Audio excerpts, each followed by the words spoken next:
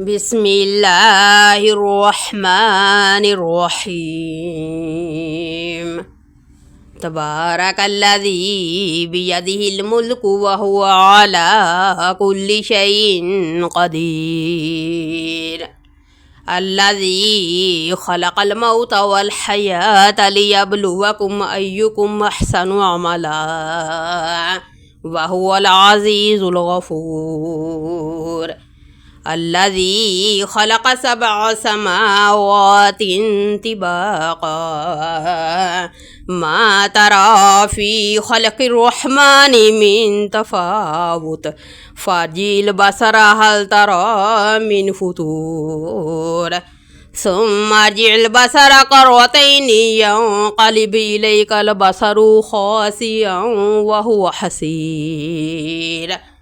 ولقد زينا السماء الدنيا بمصابيح وجعلناها رجوما للشياطين وأعتدنا لهم عذاب السعير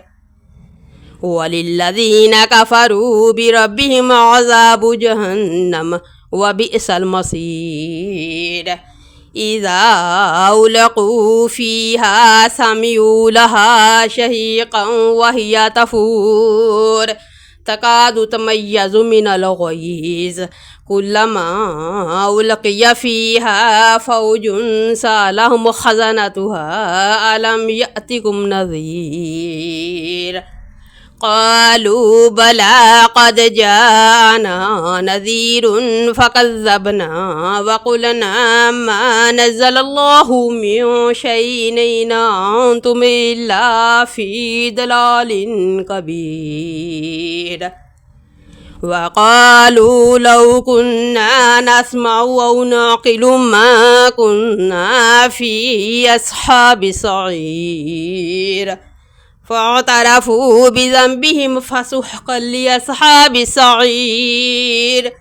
إن الذين يخشون ربهم بالغيب لهم مغفرة وأجر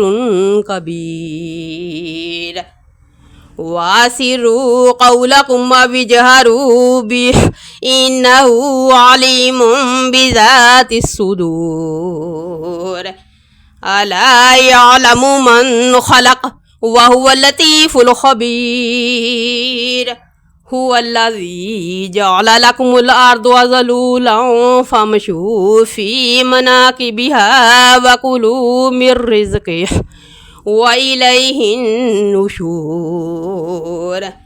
أمنتم من في السماء أن يخسف بكم الأرض فإذا هي تمور أم أمنتم من في السماء أن يرسل عليكم حاسبا فستعلمون كيف نذير ولقد كذب الذين من قبلهم فكيف كان نكير أولم يروا إلى الطير فوقهم صافات ويقبضن ما يمسكهن إلا الرحمن إنه بكل شيء بصير أمن هذا الذي هو جند لكم ينصركم من دون الرحمن إن الكافرون إلا في غرور أمن هذا الذي يرزقكم إن أمسك رزقه بل لجوا في عتو ونفور أفمن يمشي مكبا على وجهه أهدى أمن يمشي سويا على صراط مستقيم قل هو الذي أنشأكم وجعل لكم السمع والأبصار والأفئدة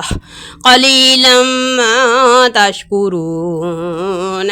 قل هو الذي زرعكم في الأرض وإليه تحشرون ويقولون متى هذا الوعد إن كنتم صادقين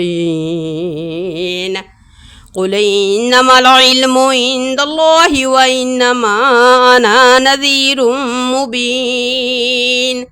فلما رأوه زلفة سيئت وجوه الذين كفروا وقيل هذا الذي كنتم به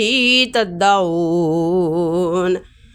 قل أرأيتم إن أهلكني الله ومن معي أو رحمنا فمن يجير الكافرين من عذاب أليم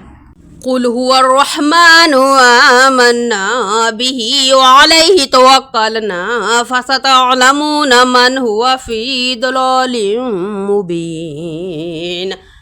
قل أرأيتم إن أصبح ماؤكم غورا فمن يأتيكم بماء معين